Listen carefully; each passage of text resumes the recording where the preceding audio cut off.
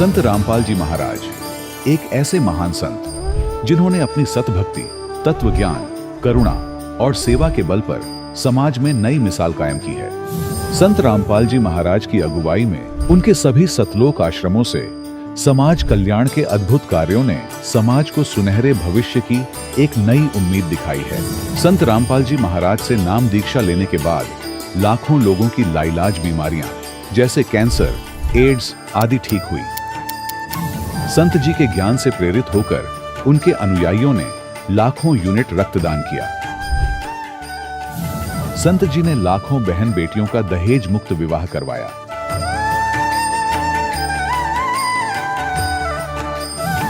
संत जी ने लाखों लोगों का नशा छुड़वाया, करोड़ों उजड़े परिवार बसे। संत जी के आश्रमों में समागम के दौरान निःशुल्क नेत्र चिकित्सा, दंत चिकित्सा प्रदान की जाती है। संत रामपाल जी महाराज द्वारा समय समय पर पर्यावरण संरक्षण के उद्देश्य से बड़े स्तर पर वृक्षारोपण किया जाता है। संत जी ने जरूरतमंदों को तत्काल राहत पहुंचाने के लिए एम्बुलेंस सेवा शुरू की। संत जी अपने अनुयायियों को देहदान के लिए प्रेरित करते हैं, जिससे मानवता की सेवा और चिकित्सा क्षेत्र में सुधार हो सके। संत रामपाल जी महाराज के सभी आश्रमों में हर रोज निःशुल्क भंडारा आयोजित किया जाता है, जहां हर वर्ग, हर जाति और हर धर्म के लोग एक साथ बैठकर भोजन करते हैं।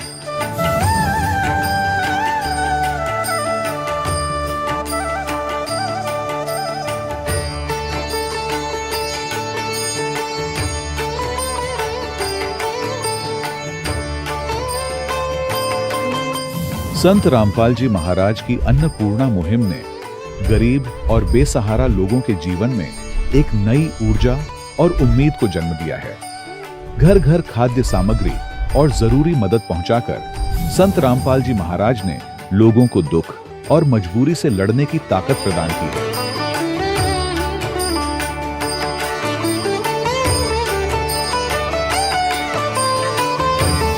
संत रामपाल जी महाराज द्वारा गरीब लोगों के लिए घर बनवाने का अद्भुत कार्य एक ऐसी मिसाल कायम कर रहा है जो सदियों सदियों संत जी की उदारता और दया भावना के तौर पर जाना जाएगा।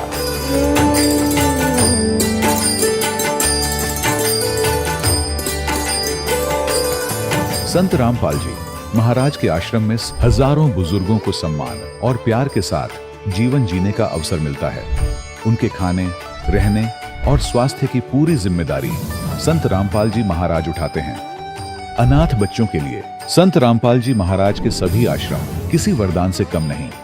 यहाँ उन्हें शिक्षा, संस्कार और भविष्य के लिए बेहतर अवसर प्रदान किए जाते हैं। चाहे बाढ़ हो, भूकंप या महामारी, संत रामपाल जी महाराज और उनके अनुयायी हमेशा ही जरूरतमंदों के लिए सबसे आगे खड़े रहते हैं। कोविड महामारी के दौरान संत रामपाल जी महाराज के आश्रमों से करोड़ों लोगों के लिए भोजन, दवाइयां और जीवन रक्षक सामग्रियां उपलब्ध कराई गई। चाहे गरीब की मदद हो या किसी शोषित और पीड़ित वर्ग के हक और सम्मान की लड़ाई, संत रामपाल जी महाराज ने हमेशा ही उनकी दबी आवाज को सरकारों तक पहुंचाया है और उन्हें उचित न्याय दिलवाने में अहम भूमिका अदा की है। समाज में आध्यात्मिक और सामाजिक मूल्यों के प्रति जागरूकता लाने में संत रामपाल जी महाराज हर कदम पर मानवता के सच्चे सेवक साबित हुए हैं। संत रामपाल जी महाराज का जीवन हमें सिखाता है कि सच्ची सेवा वही है जो निस्वार्थ भाव से की जाए। आइए हम भी इस महान सेवा के कार्य में इस महान संत से जुड़ें और संत रामपाल जी महाराज से नाम दीक्षा लेकर अपने जीवन को धन्य बनाएं।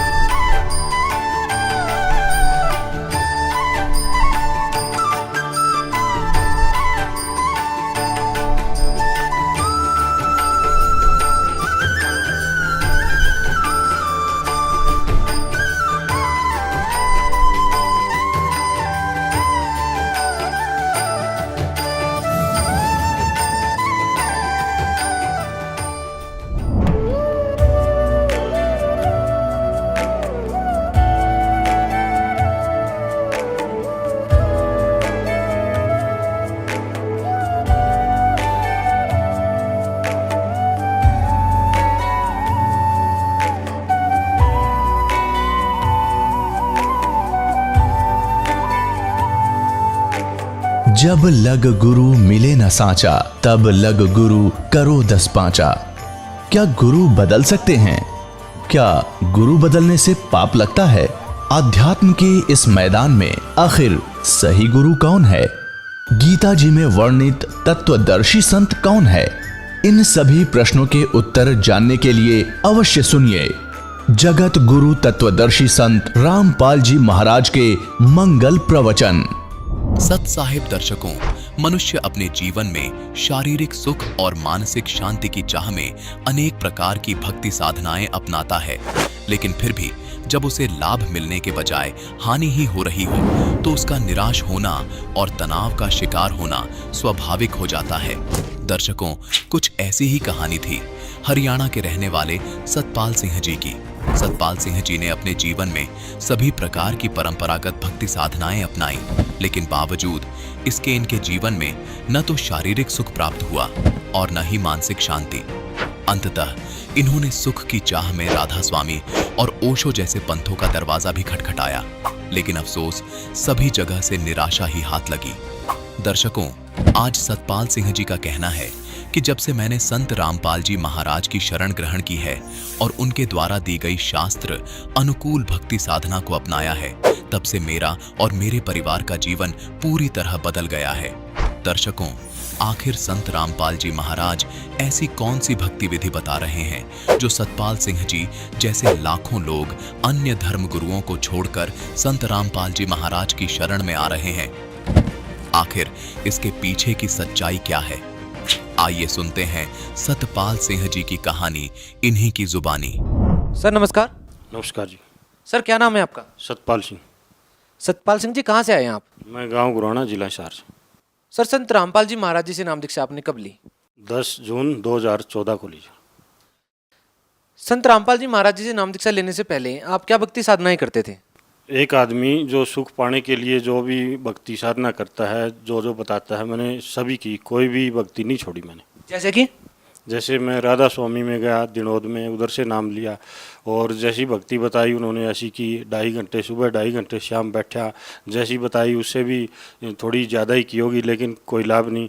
फिर मैं मेरे चाचा जी के कहने से ओशोधारा में चला गया और ओशोधारा में गया तो मैं देखो, मैं फ़ोटो भी दिखाता हूँ आपको। ओशोधारा में जो आप देख रहे हो ये मेरे उसी टाइम के फ़ोटो है जब मैं ओशोधारा में गया था। कितने वर्ष तक आप ओशोधारा में रहे? ओशोधारा में सर मैं 4 साल रहा। 4 साल तक आप ओशोधारा में रहे। राधा स्वामी पंथ से कितने वर्ष तक आप जुड़े रहे? राधा स्वामी में करीब 6-7 साल राधा स्वामी में लगाए मैंने। जब आपने राधा स्वामी से नाम दीक्षा ले रखी थी, ओशोधारा में आप जुड़े हुए थे, तो संत रामपाल जी महाराज जी से नाम दीक्षा क्यों लिया आपने? जो राधा स्वामी में जो मेरे अंदर की तलाश थी, वही भक्ति से जो सुख होएगा है, वो सुख कहीं भी नहीं मिल रहा था। उसके लिए मैं बहुत जगह भटका। क्या सुख चाह रहे थे आप? सुख जैसे वही मानसिक परेशानी थी, मैं नशे भी करता था और जीवन से तंग सा आ चुका था। जैसे वही जो असली साधना मेरे को मिल नहीं रही थी, जो मानव जीवन के जो सुख है उससे मैं वंचित था।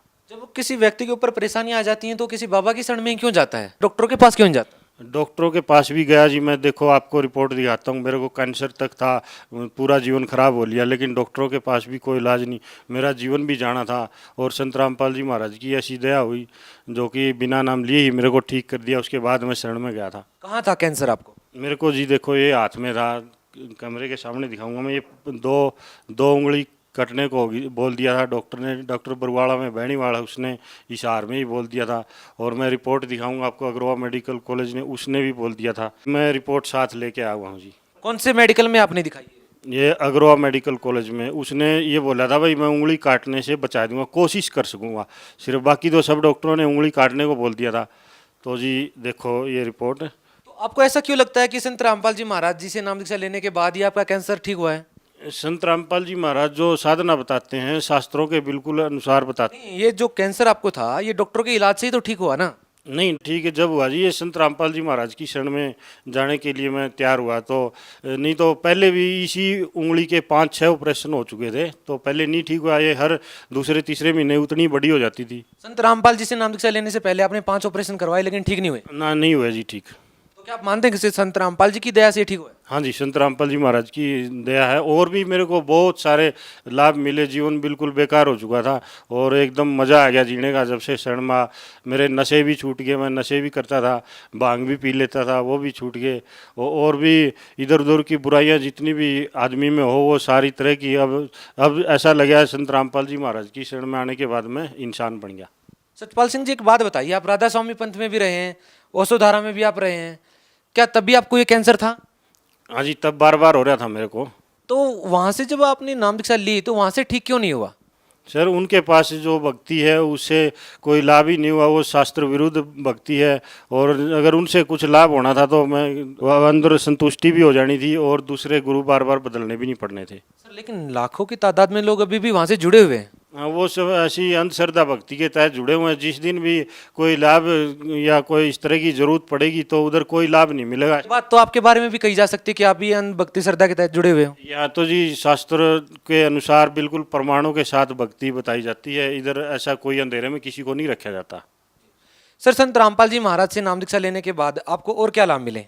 संत रामपाल जी महाराज के से दीक्षा प्राप्त करने के बाद मेरी कैंसर ठीक हो गई, शरीर में सारे नशे जितने भी थे वो ठीक हो गए और जीने में बिल्कुल मज़ा आ गया। एक नेक इंसान बना दिया जी संत रामपाल जी महाराज ने। सर, आप भगवा चोला धारण कर चुके थे संत रामपाल जी महाराज से नाम दीक्षा लेने से पहले, जिसको आज की जो जनरेशन है, जो समाज है, जो उनको संत के तौर पर देखता है।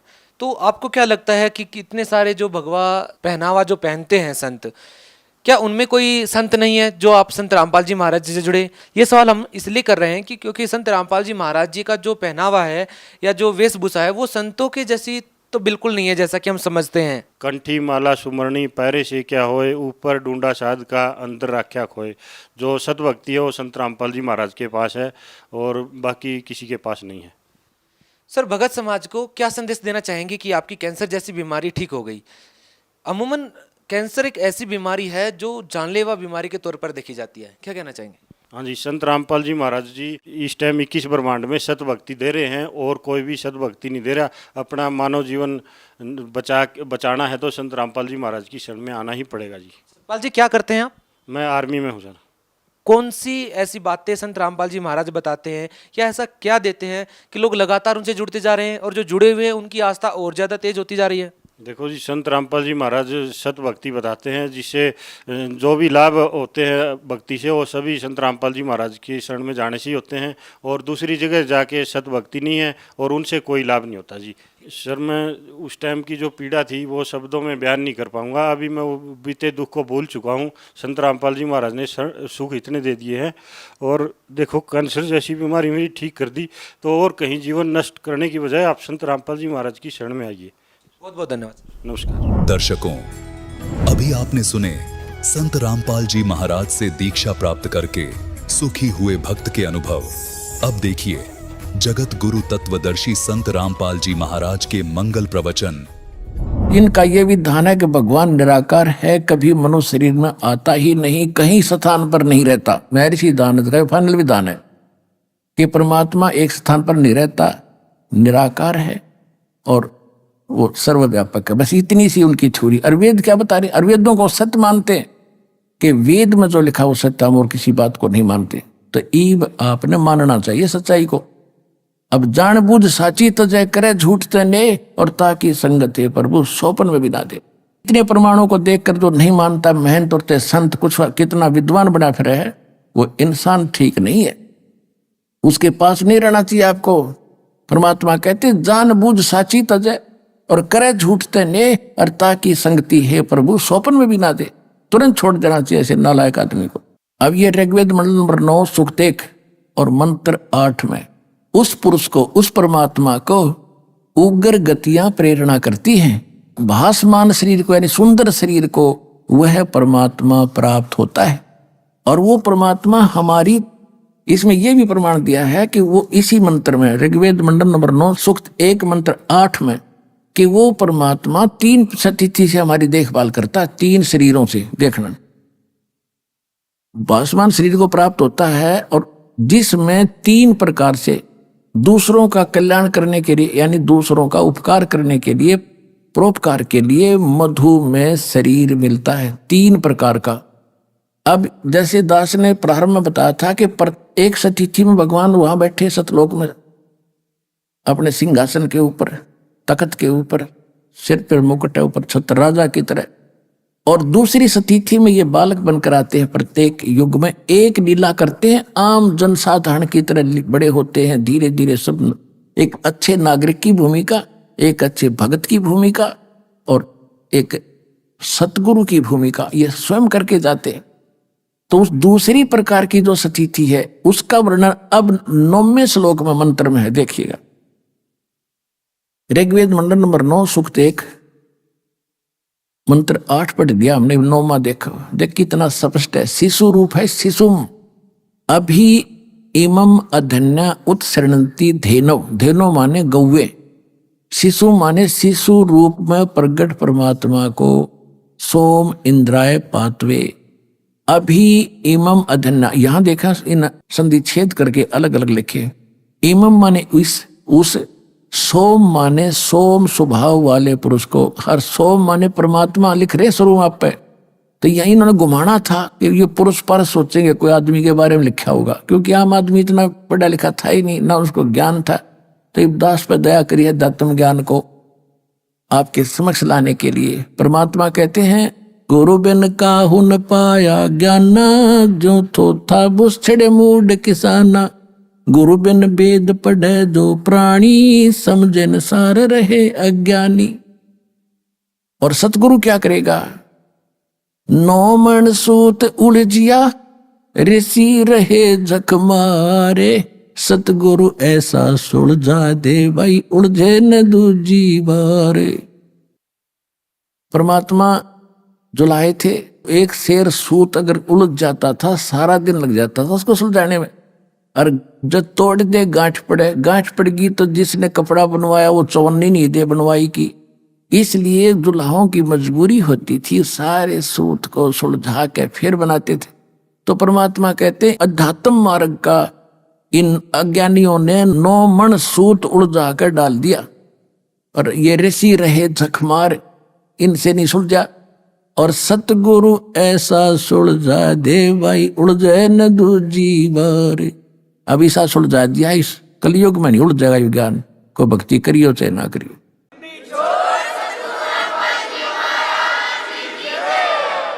अब देखिएगा, ऋग्वेद मंडल नंबर 9 सूक्त 1 मंत्र 9 पढ़ रहे हैं।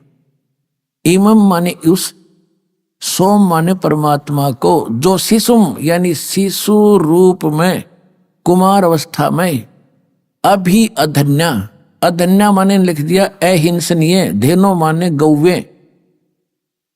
अब अहिंसनीय नहीं, हमारे देसी भाषा है या हरियाणा की, जो गाय बिना दनाई हो ना, नए दूध ना हुई हो, गर्भ ना रहा, उसको कहते हैं ये बिना दनाई है, अधन्या, बिना दनाई।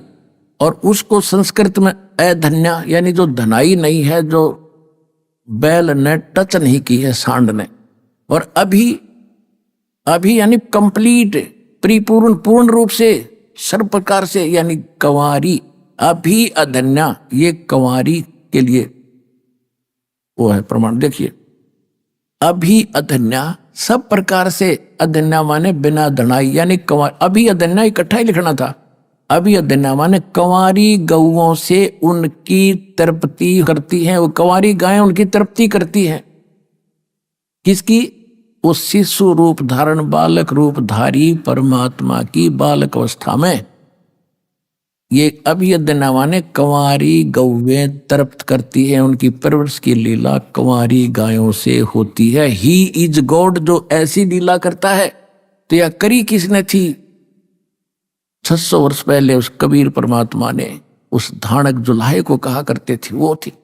और जिन महापुरुषों ने परमात्मा को जाना, जिनको मालिक तीसरी सतिथि में आकर मिले थे, आदरणीय धर्मदास साहिब जी, आदरणीय नानक साहिब जी, आदरणीय मुलकदास साहिब जी, आदरणीय दादू साहिब जी, आदरणीय गरीबदास साहिब जी, आदरणीय गीसादास साहिब जी, इन महापुरुषों ने क्या बताया है?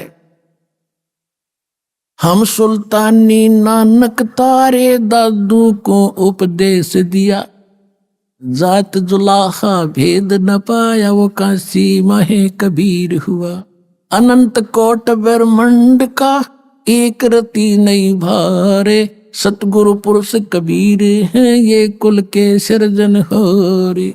ये भी स्पष्ट कर दिया गरीबदास साहिब जी ने कि मैं इंक्लूडिंग मी, इब्राहिम सुल्तान अधम, दादू जी और नानक जी को भी उन्होंने पार किया। हम सुल्तानी नानक तारे, दादू को उपदेश दिया, जात जुलाहा भेद न पाया, वो काशी माहे कबीर हुआ। दादू साहिब जी ने क्या कहा है, जिन मुझको निज नाम दिया सोए सतगुरु हमारे, दादू दूसरा कोई नहीं वो कबीर सिरजनहारे। अब नानक साहिब जी ने क्या कहा है, गुरु ग्रंथ साहिब की जो वाणी है वो स्वयं नानक साहिब जी के मुख अरविंद से उच्चरित है, महिला पहला की वाणी है। 24 नंबर पृष्ठ पर, तेरा एक नाम तारे संसार में एहो आस एहो आधार, भाई सूरत मुलुक की वेश ए ठगवाड़ा ठगी, देश खरासियाना भोता बारिये धान कर रूप रहा करता। गुरु ग्रंथ साहिब के 721 पृष्ठ पे लिखा है कि एक अर्ज गुप्तम पेश तो दर कून करतार, हक्का कबीर करीम तू बे अपरवरदिगार। उसमें नाम लिखा दाता का कि हे कबीर परमात्मा, हे हक्का कबीर माने हे सत कबीर, हक माने सत, हक्का कबीर करीम तू बेऐब परवरदिगार, और सारी सृष्टि का रचनहार तू ही करतार।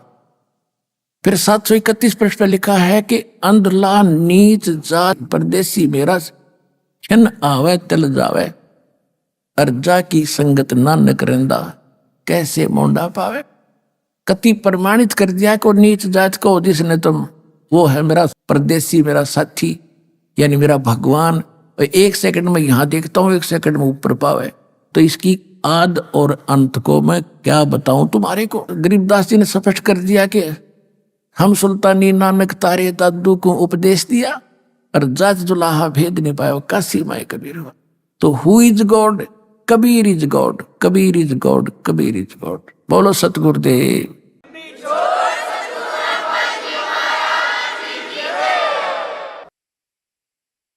परमपिता परमात्मा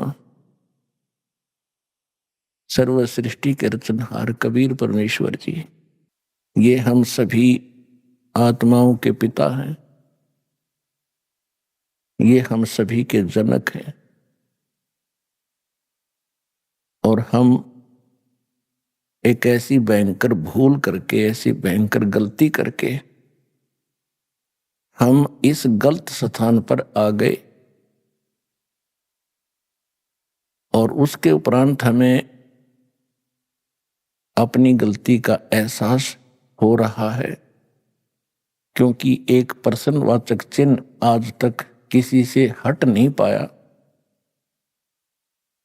कि हम क्यों मरते हैं, क्यों जन्मते।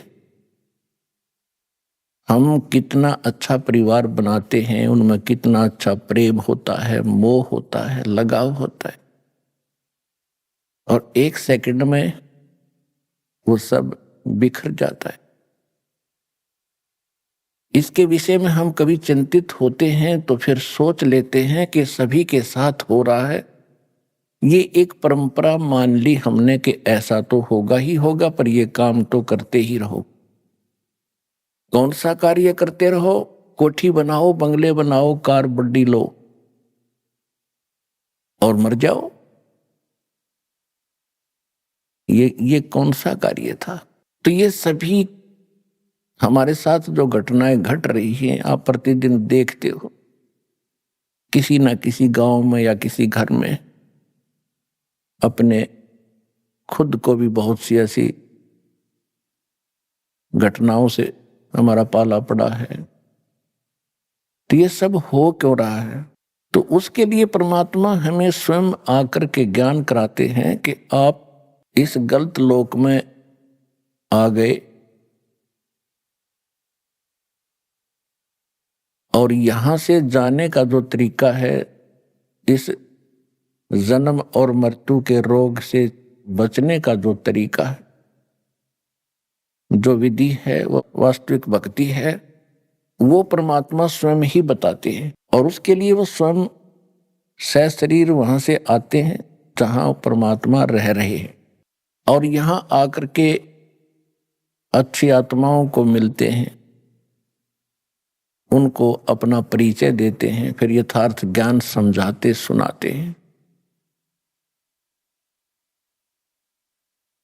और यहां पर दो शक्ति काम कर रही हैं, एक तो परमात्मा है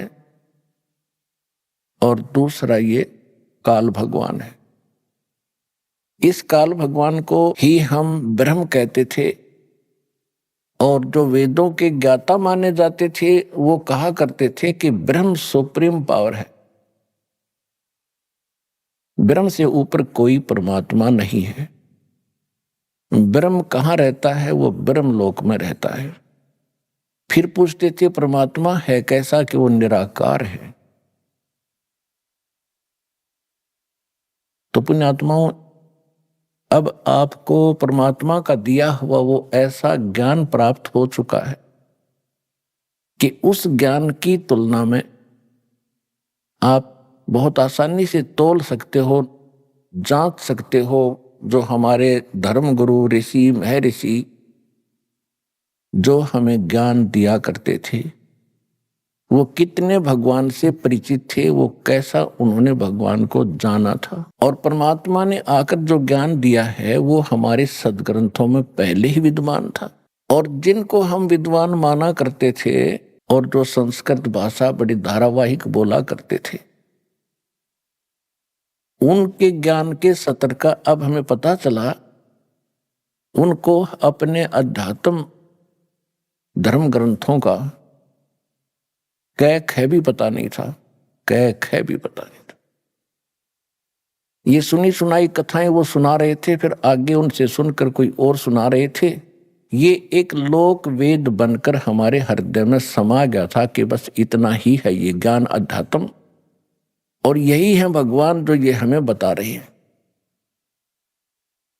तो इसके ऊपर हमारा कोई भी ऑब्जेक्शन नहीं रहा था। जिस भी धर्म में हम जन्मे थे वही कथाएं हम परंपरागत सुनते आ रहे थे, और हम संतुष्ट हो चुके थे कि जो साधनाएं मैं कर रहा हूं मेरा साथी भी कर रहा है, रिश्तेदार भी कर रहा है। जहां जाते हैं उसी प्रकार मंदिर में जाते हैं, मूर्ति पूजते हैं, जल चढ़ाते हैं, या कोई मंगलवार का प्रसाद बांट देते हैं, व्रत रखते। ये था एक लोकवेद, और ये त्रुटि थी हमारे अध्यात्म गुरुओं की। जो आध्यात्मिक जो टीचर गुरु थे वो बिल्कुल निल थे, वो डल थे, उनको भक्ति मार्ग का कति पता नहीं था। यहां तक कि हमारे जो महर्षि माने जाते थे, ऋषि महर्षि, उनको भी भक्ति मार्ग का कै ख का पता नहीं। अपने आत्माओं, अगर ये शब्द जो दास आज बोल रहा है, यदि ये शब्द 50 वर्ष पहले भी बोले जाते तो कोई सुनता नहीं, कोई सत्संग में आता नहीं, और विरोध और करते, गालियां देते। तो परमात्मा आए थे स्वयं 600 वर्ष पहले, दाता कबीर भगवान, वो यही ज्ञान दिया करते थे जो दास आज उनका बताया हुआ आपको सुना रहा हूं। और उस समय जब परमात्मा यही ज्ञान बताया करते थे, उनको कितनी यातनाओं का सामना करना पड़ा, उनकी जीवन लीला से खूब जाना जा सकता है। इन्हीं के कारण उनको उबलते हुए सरसों के तेल के कढ़ाई में जलते हुए में जैसे पूरी तारते हैं से उबलता हुआ, उसमें डाल दिया भगवान को। समर्थ थे परमात्मा, अविनाशी हैं, उनको कुछ नहीं हुआ। घेरे कुएं में, बहुत गहरा कुआं होता था, 200-200 फुट नीचा, जल नहीं था, उसमें डालकर ऊपर से मिट्टी, गोबर, छड़े, कांटेदार झाड़ियां से ठोक दिया। परमात्मा थे वो बाहर बैठे पाए। कहने का भाव ये है कि वो तो भगवान के साथ ऐसा हुआ था, अगर इस दास के साथ हो जाता तो पहले झटके मर लेता। तो इसलिए परमात्मा ने ये तरीका अपनाया कि पहले तो भगवान वो ज्ञान देकर गए, और जो विरोध कर रहे थे हमारे धर्मगुरु पंडित, वो कहते थे इसको कुछ नहीं मालूम, ये झूठा है, ये क्या जाने वेदों और गीता को, क्या जाने ये पुराणों के विषय में, इसको संस्कृत भाषा नहीं आती।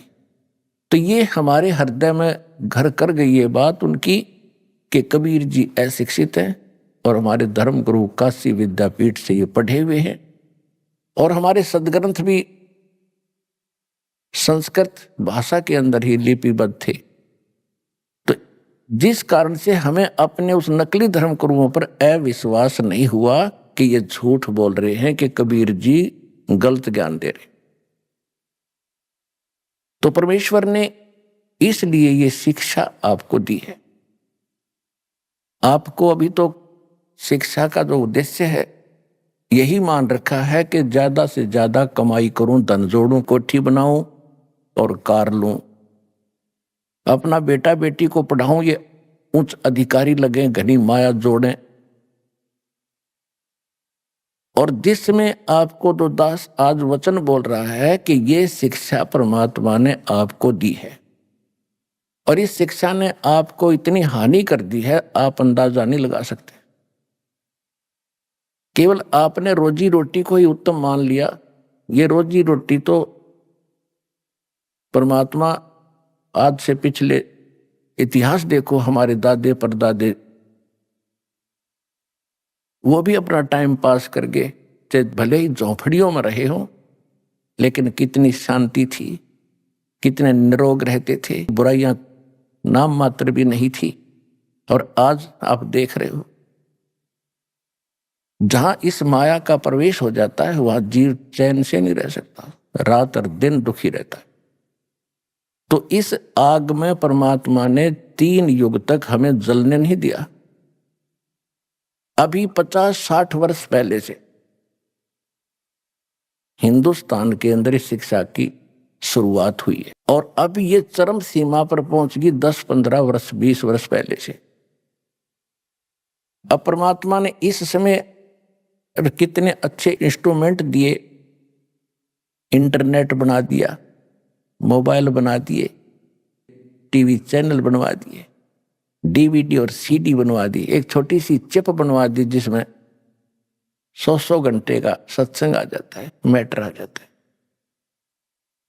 तो इतना अज्ञान हो चुका था, उस अज्ञान को हटाने के लिए परमात्मा ने ये सुविधाएं दी आपको और उसका ये परिणाम है कि आज आप वो बातें सुन रहे हो जो भगवान 600 वर्ष पहले सुनाया करते थे। तो परमात्मा ने यही तरीका अपनाया कि जब तक इनको अक्षर ज्ञान नहीं होगा ये भगवान नहीं पहचान सकते और ये बच्चे ऐसे ही भ्रमित रहेंगे।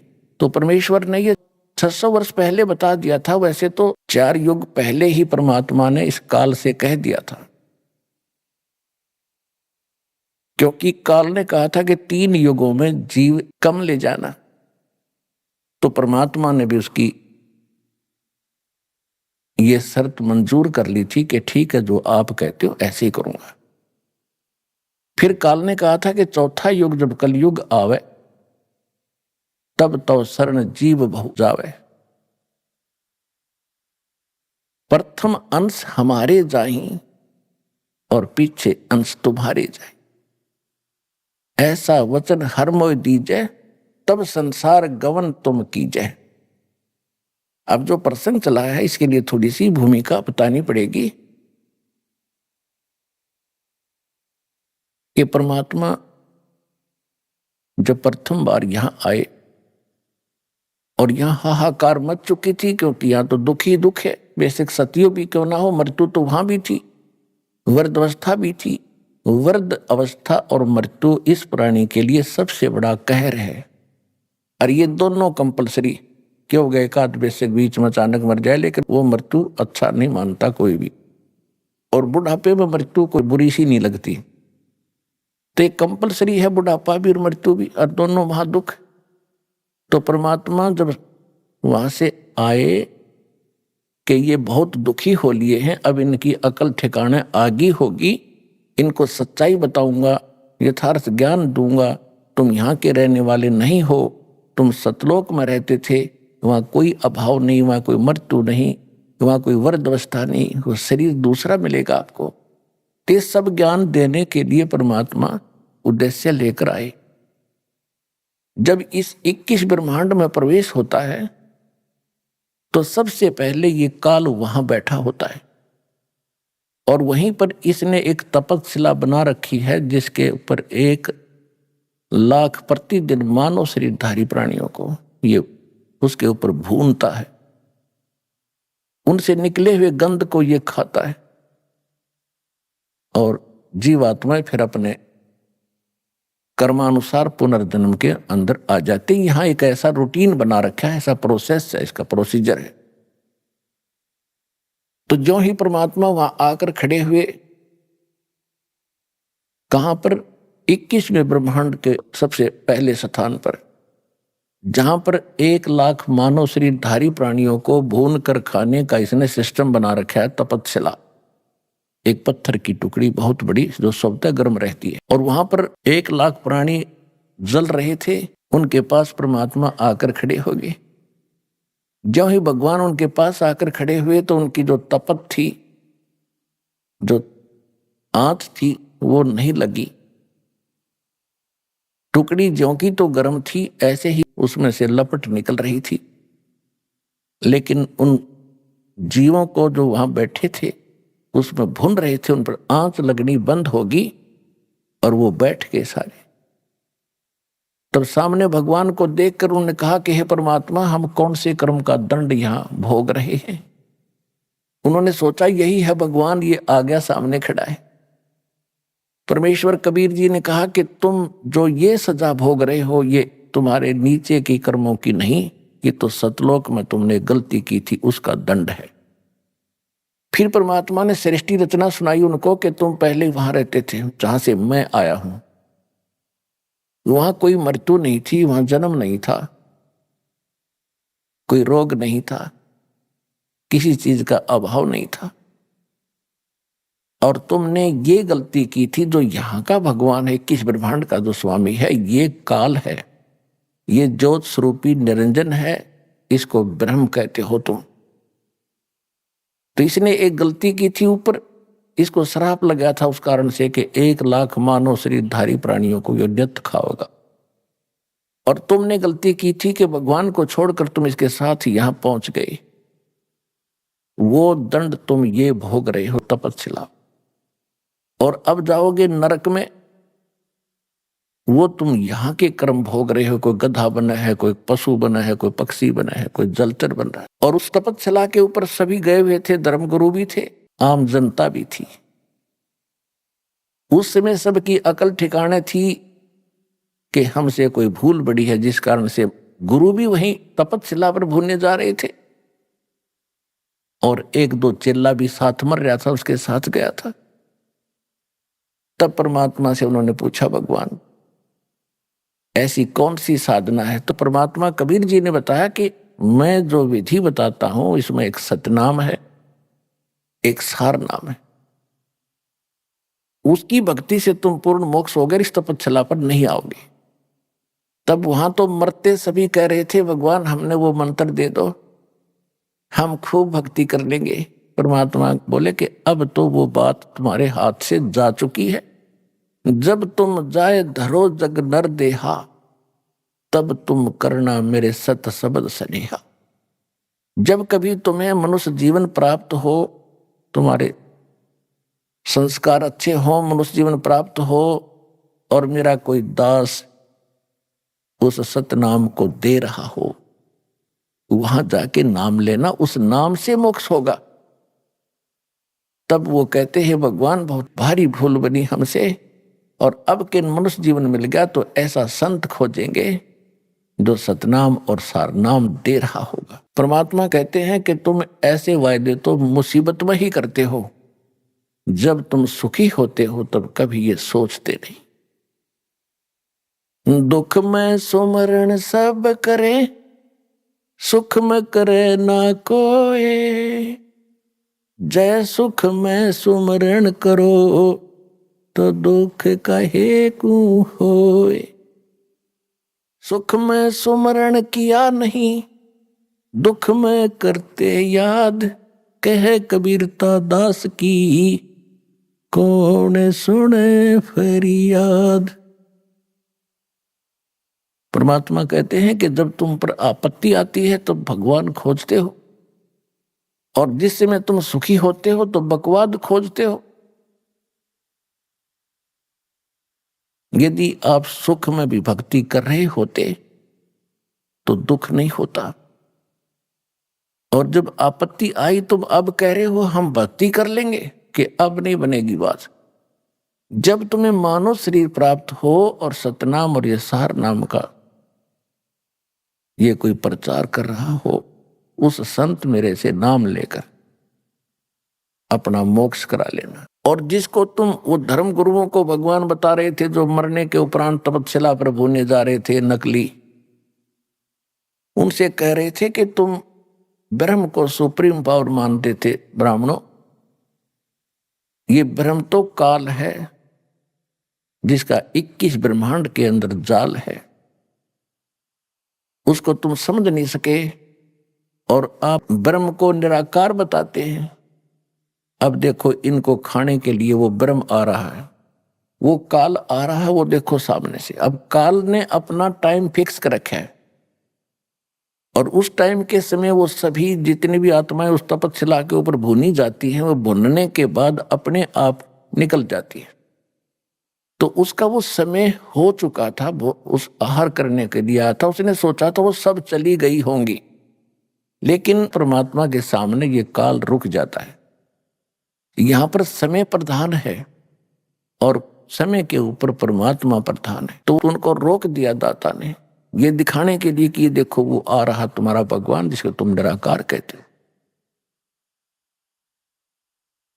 सामने क्या देखा? ओछा माथा, लंबे दांत और बड़ा भयंकर विकराल शरीर उसका। कहा मालिक ने कि वो आ रहा है तुम्हारा भगवान जिसको तुम परमात्मा कह रहे हो, जिसको तुम ब्रह्म कह रहे हो, ये तो काल है। जो गीता अध्याय नंबर 11 के श्लोक नंबर 32 में कहता है कि अर्जुन मैं काल हूं और अब सबको खाने के लिए आया हूं, प्रवृत्त हुआ हूं।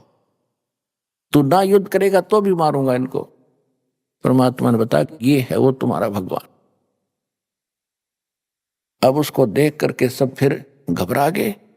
परमात्मा बोले तुम जाओ यहां से। वो सभी उड़ा दिए वहां से। वो आगे जहां उन्होंने जाना था, धर्मराज के दरबार में आते हैं, वहां उनका अकाउंट तैयार मिलता है, किसने कौन सी जोनी में जाना है, स्वर्ग जाना है, नरक जाना है या फिर पशु पक्षी बनना है, वो अलग से दंड है। इतने में वो काल भगवान वहां आकर खड़ा हो गया मालिक के निकट। उस समय परमात्मा ने अपना रूप जो था अपने लड़के जोग जीत, जो सतलोक के अंदर परमात्मा ने सबसे पहले 16 पुत्र उत्पन्न किए थे वचन से, उनमें से एक जोग जीत भी है। उस जोग जीत के रूप में परमात्मा वहां खड़े थे। सामने से वो सरपुरुष जिसको ब्रह्म कहते हैं काल, वो आ रहा था। जब उसने देखा काल ने कि ये जोग जीत कैसे आ गया, उसको ये मालूम था कि परमात्मा का कोई संदेश लेकर आया है ये, क्योंकि अधिकतर परमात्मा उन्हीं को इसके पास भेजते थे जब ये सतलोक में था। तो सबसे पहले काल भगवान ने ब्रह्म ने पूछा कि जोगजीत तू यहां किस लिए आया? कोई पिताजी का आदेश है मुझे सुना, उसके बाद फिर मैं तुझे जान से मारूंगा, तुझे ऐसा कूटूंगा तू याद रखेगा। तूने मेरे को सतलोक से निकाला था, मैंने तेरे सामने हाथ भी जोड़े थे, तूने मेरी एक नहीं सुनी थी। और पहले तो मुझे आदेश बता कोई परमात्मा का लेकर आया है, तो उसके बाद फिर तो होले होशियार। तो परमात्मा ने कहा कि सुन ले ज्योत निरंजन, आदेश परमात्मा का, मैं नीचे जाऊंगा, नीचे के ब्रह्मांडों में जाऊंगा, पृथ्वी लोक पर जाऊंगा, स्वर्ग लोक में जाऊंगा, सब देवों को समझाऊंगा, उनको परमात्मा की जानकारी दूंगा। और आपने सबको मिसगाइड कर दिया, सबको गलत ज्ञान बता रखा है, गलत साधना करके कोई कुत्ता बना, कोई गधा बना, कोई सूअर बना है, किसी को कैंसर हुई है, हाहाकार मचा हुआ है, कोई जीव सुखी नहीं इस गंदे लोक में। इनको सच्चा नाम दूंगा, सच्चा ज्ञान दूंगा, सच्चे भगवान की मैं कथा सुनाऊंगा।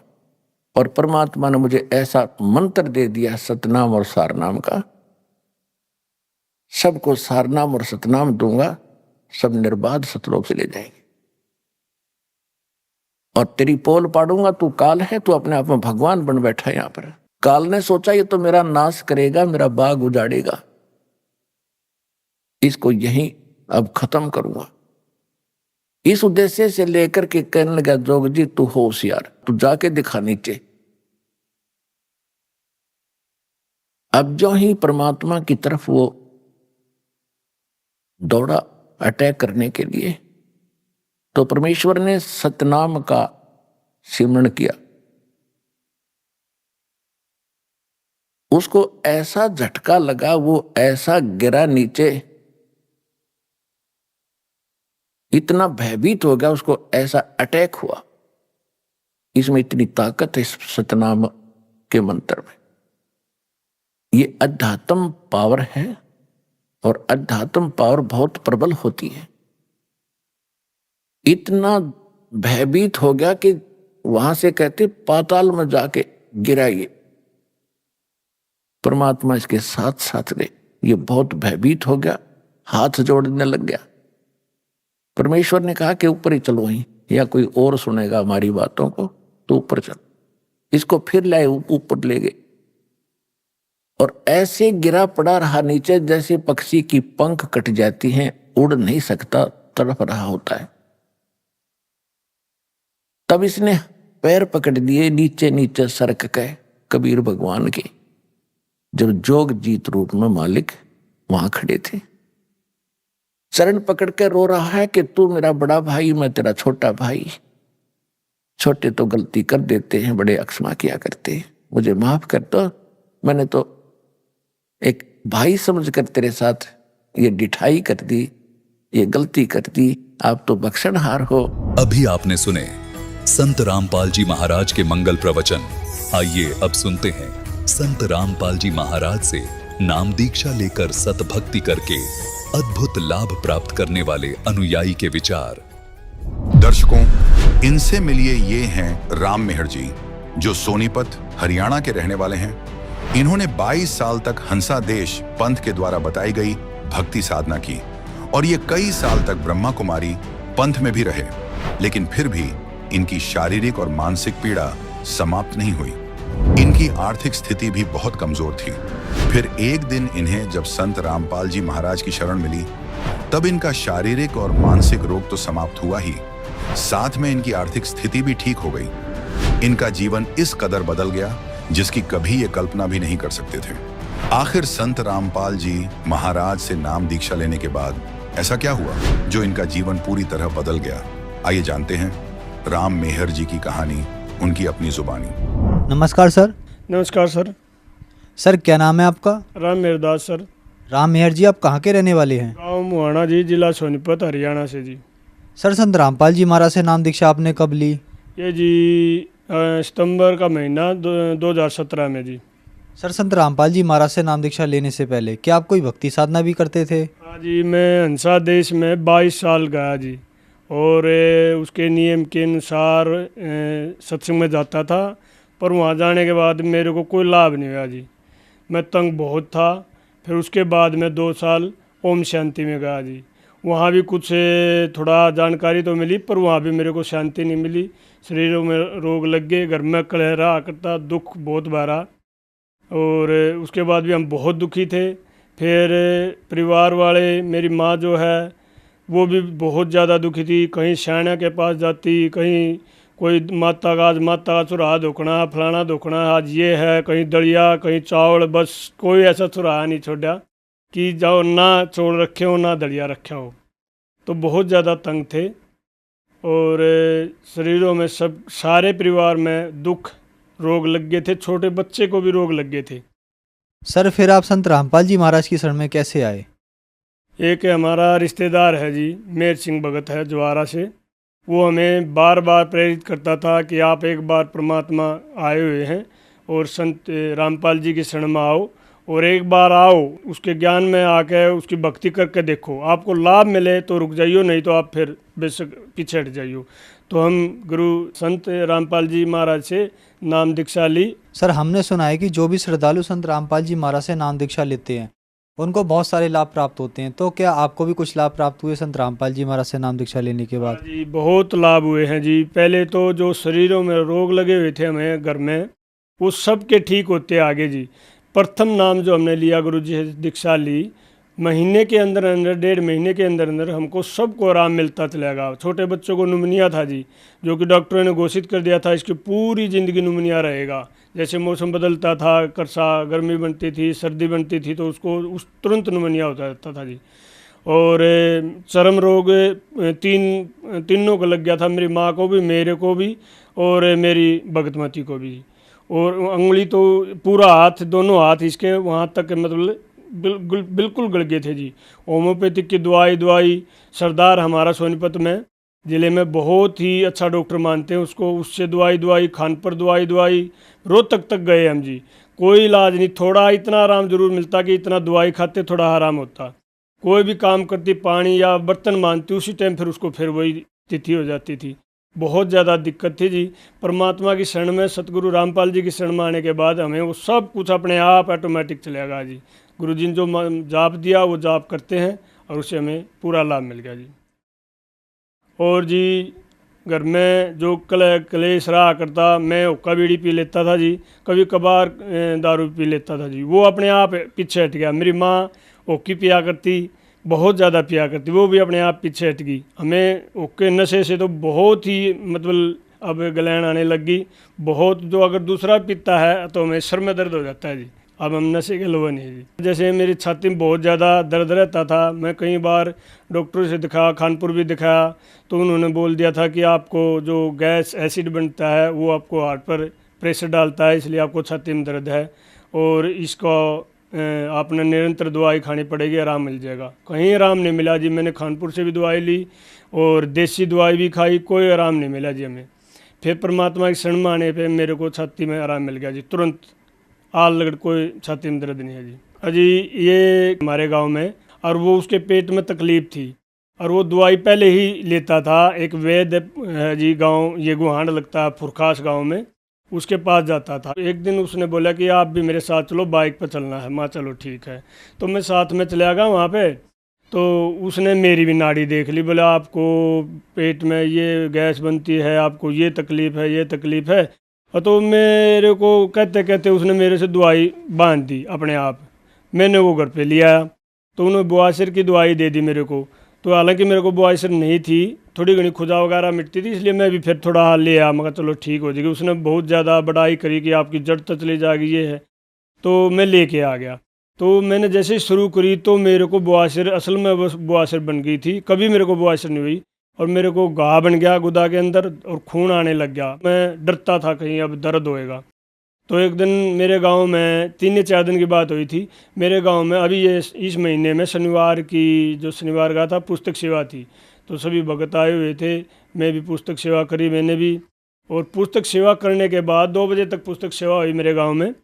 तो सायंकाल को जब विश्वास हुआ घूमने का, मैं तो घूमने के लिए बैठा तो मेरे को ऐसा महसूस हुआ कि तू फंड कर रहा था और मेरे को न तो दर्द और न खून आया, कुछ नहीं ऐसा हुआ। परमात्मा ने दया कर दी उसी टाइम, पुस्तक सेवा होने के बाद मालिक ने बड़ी दया करी। और जी मेरे को एक माइग्रेन भी था जी, जो आधे सर का दर्द था बहुत ज़्यादा। उसने 17 साल हो गए थे जी मेरे पास। मनसा देश में था, वहाँ जी भी मेरे को सर में दर्द था। ओम शांति में जाता था, वहाँ भी मेरे को सर में दर्द था। यहाँ आने के बाद मेरा सर का दर्द, जो माइग्रेन बोलते थे डॉक्टर, मैं खानपुर PGI में भी गया था इसके लिए। उन्होंने बोल दिया था आपको ये 60 साल तक रहेगा। जब तक आपका ये दिमाग ज़्यादा तेज़ी पकड़ता है ना, तो आपको 60 साल तक ये आधा शिशी रोग भी बोलते हैं, माइग्रेन भी वगैरह कहते हैं, आपको रहेगा। ये गोली लेने की भी ज़रूरत नहीं है इसको। तो परमात्मा की शरण में आने के पास संत रामपाल जी गुरु जी के चरणों में आने के बाद ये भी मेरा अपने आप ऑटोमेटिक चला गया जी। मेरी जो भगतमती है उसको चर्म रोग हुआ था जी, हाथा में। मैं पहले भी बताऊं था, उसको मैंने कई जगह होम्योपैथिक दवाई बहुत पैसे लगाए, तो उसका चर्म रोग कहीं नहीं ठीक हो रहा था। परमात्मा की शरण में आने के बाद उसने भक्ति की और उसका आज बिल्कुल चर्म रोग नहीं है। मेरी माँ के पैर बिल्कुल नीचे से गल गए थे, डॉक्टरों ने बोल दिया था इसको शुगर हो गया है और पैर कटने की नौबत आ गई थी। मतलब ऐसे डॉक्टर बोल रहे थे ऐसे तो इसको कहीं दिखाओ। फिर मैंने कई जगह उसको दवाई सोनपत सरदार जी से भी दवाई, तो उसको आराम नहीं मिल रहा था। परमात्मा की शरण में आने के बाद मेरी माँ भी आज बिल्कुल ठीक है जी, निशान तक भी नहीं छोड़े परमात्मा ने। बच्ची मेरी लड़की है 13 साल की होगी जी वो, और उसको दिमागी दौरा पड़ने लग गया था जी, और सभी पड़ोस में ये कहने लगे थे कि आपकी लड़की को दिमागी दौरा पड़ गया, इसको दिखाओ। मैंने सीधा जी रोहतक PGI में ले गया और परमात्मा की शरण में आए हुए थे, उसकी अरदास लगवाई, मालिक दया करियो परमात्मा। संत गुरु रामपाल जी के आदेश आए थे कि परमात्मा दया करेंगे, परमात्मा भजन करो और सब ठीक हो जाएगा। तो मैं उसको PGI में ले गया, वहाँ डॉक्टर ने बोल दिया था इसको पूरी ज़िंदगी दिमागी दौरा रहेगा। और फिर मैं नाम दाम केंद्र है जी रोहतक, वहाँ पे गया और भक्तों के आगे ये समस्या रखी। भक्तों ने फिर परमात्मा के वो पत्र लिखा मालिक के चरणों में, और पत्र से फिर आदेश आया। अगले दिन वहीं पे नाम दाम केंद्र पे थे हम, पत्र से आदेश आया परमात्मा का कि परमात्मा दया करेंगे और आप भक्ति करते रहो। परमात्मा की ऐसी दया हुई, 3 दिन में वो बच्ची बिल्कुल ठीक होगी। भक्ति करते रहे और ठीक होगी वो बच्ची। सर, संत रामपाल जी महाराज से नाम दीक्षा लेने के बाद आपको बहुत सारे लाभ प्राप्त हुए, तो जो श्रद्धालु आज आपको देख रहे हैं आप उन्हें क्या कहना चाहेंगे? बस ये मैं यही कहना चाहूँगा कि जो भी भगत समाज है, जो भी परमात्मा को मानते हैं, सच्चे दिल से एक बार परमात्मा सतगुरु रामपाल जी की किताब पुस्तक जो है वो पढ़ें, सत्संग सुने, उसकी वाणी सुने, उनको एक बार देखो क्या कह रहे हैं वो समझो। कि जो कहते हैं मन, ये जो अपने आप जो भक्ति करते हैं, जिन्हें अपने विचार से ये कहीं कहीं ठेका ठा रहे, इतने पंथ चल रहे हैं, इनमें सब मन गणंग बातें हैं।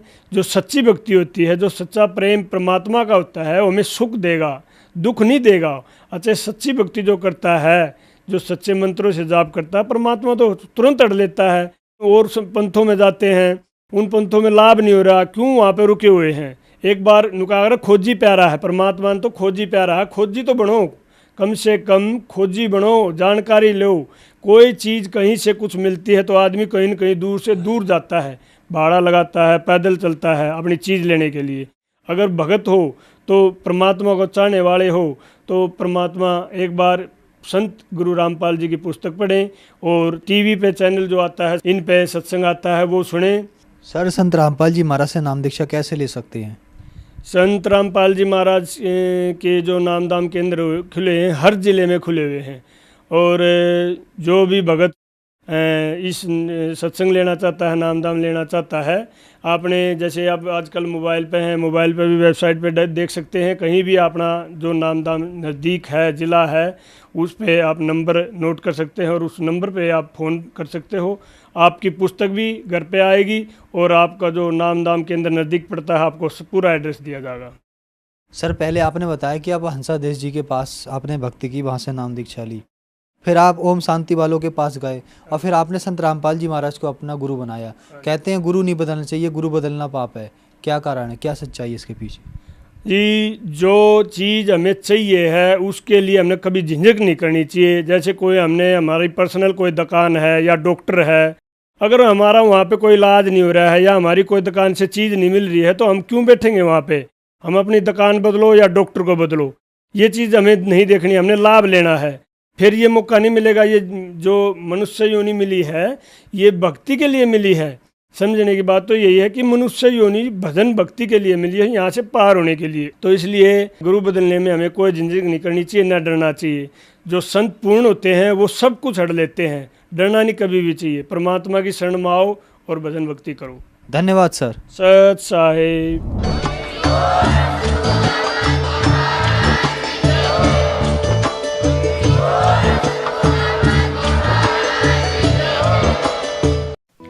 आप सुन रहे थे जगत गुरु तत्वदर्शी संत रामपाल जी महाराज के मंगल प्रवचन।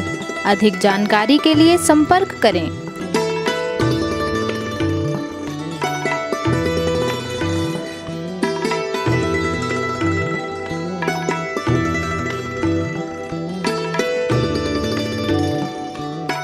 जगत गुरु तत्वदर्शी संत रामपाल जी महाराज जी के पावन सानिध्य में भक्ति की अलख जगाने तथा श्रद्धालुओं को सत्य भक्ति मार्ग का रास्ता दिखाने हेतु कनाडा के लोकप्रिय channel the TV NRI channel पर जगत गुरु तत्वदर्शी संत रामपाल जी महाराज जी के मंगल प्रवचनों का प्रसारण प्रतिदिन सुबह 7:30 बजे से 8:30 बजे तक तथा रात्रि 7:30 बजे से 8:30 बजे तक किया जा रहा है। इस सत्य भक्ति मार्ग को अपनाने के लिए अधिक से अधिक सत्संग प्रसारण देखें। इस सत्संग प्रवचन का सीधा प्रसारण संत रामपाल जी महाराज लाइव सत्संग YouTube चैनल और जगत गुरु संत रामपाल जी महाराज फेसबुक पेज पर भी देख सकते हैं।